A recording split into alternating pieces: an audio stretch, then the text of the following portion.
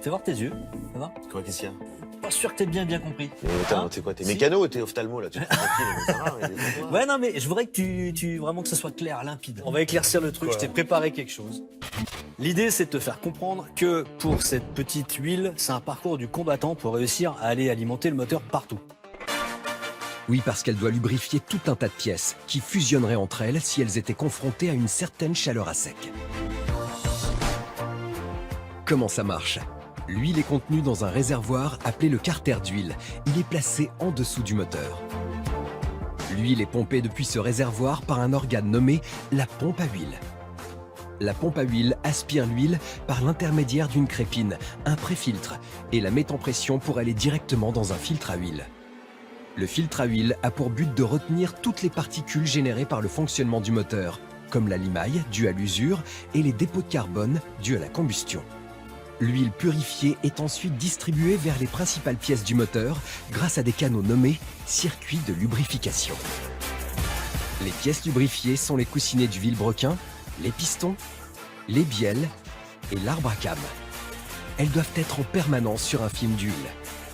Une fois les pièces lubrifiées, l'huile revient alors vers le carter afin d'être refroidie pour refaire ensuite un autre tour.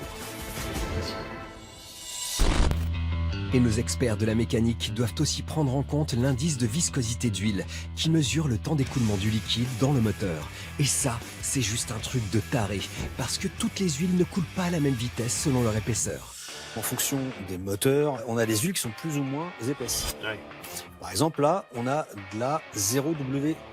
Alors, 0, c'est l'indice de viscosité à froid, À froid et 30, et à 30 chaud. à chaud. Ok.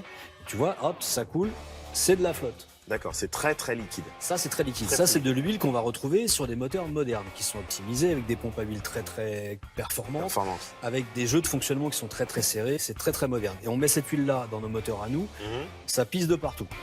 Et c'est normal, puisque l'espace entre les pièces de notre moteur vieux de 50 ans sont plus larges, donc faites pour accueillir l'huile plus épaisse. Et ça, tu vas voir, c'est du miel. Ah. Regarde, c'est très très épais. Ah oui, on est déjà beaucoup plus épais. D'accord. C'est très très long à couler. Ok. Voilà. Comme disent nos amis canadiens, du jus de cul d'abeille. Bien. Voilà. Merci pour cette petite précision, Pascal.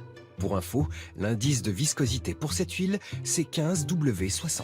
Tout ça pour illustrer une chose, c'est que l'huile, elle est dans nos voitures très très épaisse et qu'elle va avoir beaucoup de mal à monter en pression partout dans le moteur. Et donc, je vais te faire une petite démonstration pour te montrer que c'est pas instantané. Et pour ça, Pascal prend une perceuse qui va jouer le rôle du moteur de la voiture. C'est lui qui fait tourner la pompe afin de créer une aspiration. Et donc là, je vais la plonger dans l'huile Ok. et on va faire tourner.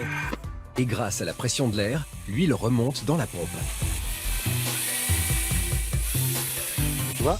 Et ouais. Là, c'est sorti. Mais il y a eu quelques secondes avant que ça monte en pression.